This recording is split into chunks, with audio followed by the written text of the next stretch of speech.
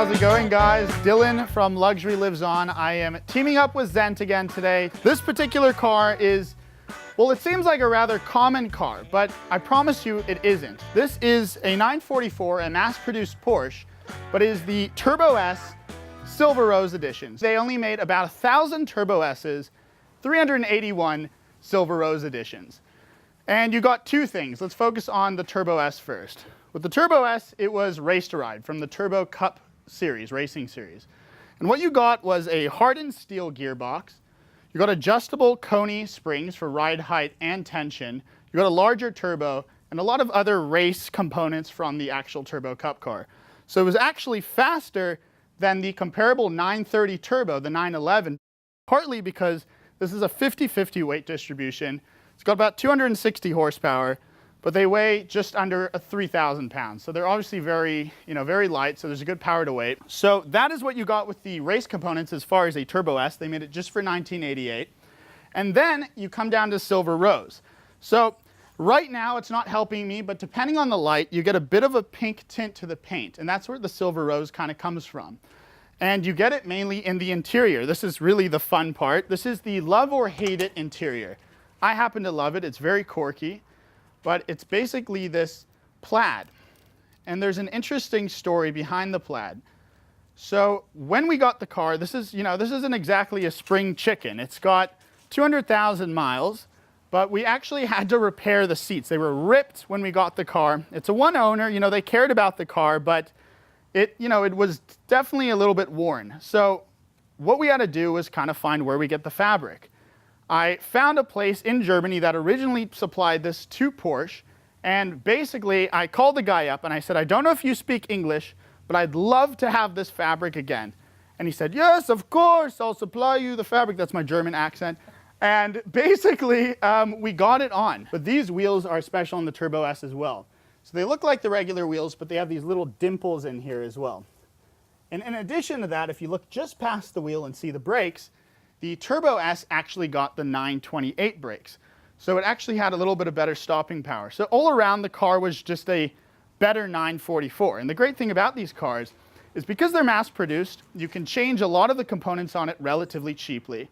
But because it's a Silver Rose, as I said, we can say we're special. As you can tell, we've kind of gone back in time to the 80s. So we're in the 944. And immediately you can tell there's a lot of, first of all, Porsche influence, but there's a lot of 911 influence, especially with the dials here. And everything just looks 80s with the air vents and the square design of everything. But something funny you notice in the interior as well is, as you can see, there is a CD player. Isn't it a bit weird, 1988? But honestly, even weirder, the contradiction here is we have a cassette holder and a CD player. So obviously Porsche was going through some sort of, I think, transition when this was very new technology, and you have a graphic equalizer as well. But the thing I love about this interior is how clicky everything is. You just have this like satisfaction. Even when you open and close the doors, like listen to this. Oh, just sounds amazing. And that is something I really like about this car. It's a very, straightforward, clicky, everything works and everything is not digital, and you just kind of immediately know what you're doing in this car. But more than the interior is kind of how it drives. So I'm gonna put my foot flat, and it is flat, funny enough, and the turbo kicks in. That's what makes this car interesting. You have the turbo lag that kicks in. And that's what makes it kind of interesting. The thing I love about cars is when they have character, and I think this adds a lot of character to it when you have the turbo just kicking in and biting the back of your head. Just to give you guys a backstory on, how we got this car. It was in Connecticut, 200,000 miles, but it was one owner, and it looked like they had taken a lot of care with it. We checked it out. It had every single piece of the manual set. It had every service record, a big, thick stack. I mean, the original owner spent about $80,000 over the years just actually servicing the car. And that was very intriguing. Obviously, when you're getting a really high-miled car, it's a little scary. You're told not to touch high-miled cars. But we thought it was a great value proposition because we were able to pay less for it, but get a very complete car. But enough of me babbling on about the car. Let's see what Zent thinks of it. All right.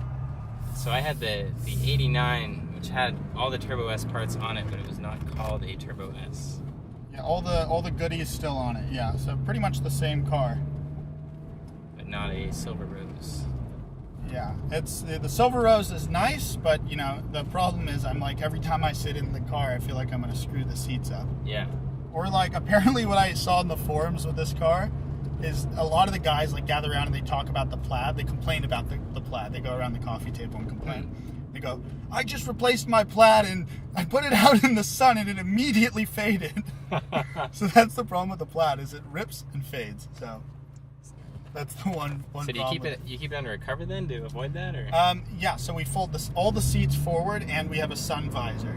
Okay. We're currently building a structure that's going to cover all the cars, but obviously my car's not there because I'm not at home. So, I mean, we have more room than we normally do, but obviously it's a 2-car garage. So we're going to be building over that so we have these cars more protected. But in the meantime, we're doing the best we can. I mean, we wax them constantly from the sun, and then, yeah, all the covers on the cars so it doesn't fade. Excellent. So right away I noticed how good condition this car is in. It's really phenomenal to drive. Oh, really? The suspension is tight. The transmission doesn't have any problems. Like, it doesn't feel like it has 200,000 miles on it. That's a great sign. I'm glad that you said that. I've obviously never driven in any other 944s, but I'm sure they're given quite a hard time. Right. A lot of them are raced and stuff like that. So The maintenance is neglected, but this feels like everything's been kept up on it. yeah, no, it's if there's ever something that needs to be replaced on this car, we do it immediately. Nice. It's never good to just leave it and then it becomes a worse problem. Yeah. I'll feel the lag here. We're in second gear. On We're gonna second, step you're on barely it. gonna feel it. I'm floored. Nothing. There we go. Woo! That's fun. I remember pulling out into traffic with mine and being like, "Oh my God, come on!" Nothing. Yeah, no. Especially when I go on a hill, I'm like, oh gosh, these people hate me. Right. Well, the funny thing I always think is like I hate Nice. can't help my car spotting people. I'm sorry, it's built inside of me. But whenever I'm in this car, I go like up a hill. I think, oh, the person's gonna hate me. They just like, oh, here's another old car that's just gonna be terrible, and I'm gonna cut them off. As soon as the turbo kicks in, they don't have the opportunity to cut me off, which is kind of funny. It's actually a fast car. Right. It really is. All right, so that was a real treat driving around a 1988 944 Turbo S. Not only was it a Silver Rose Edition Turbo S, but it was in very good condition. I've driven quite a few of these cars and I've seen them in all sorts of conditions. And the one that I owned before was actually in very good condition, just like this one. And it was just a fantastic car. So driving Dylan's car around brought back all these memories. And of course, the turbo lag was the most defining trait of that car. I remember pulling out into traffic and not being able to accelerate anywhere, and it was terrifying. However, on open roads, which we didn't get a chance to do in this video, on open roads, that car really moved. So that was a real treat driving down to San Diego and getting to drive one that was in excellent condition because they are very fun cars. Thank you guys for watching. Make sure to subscribe if you haven't already, and also make sure to enjoy your car.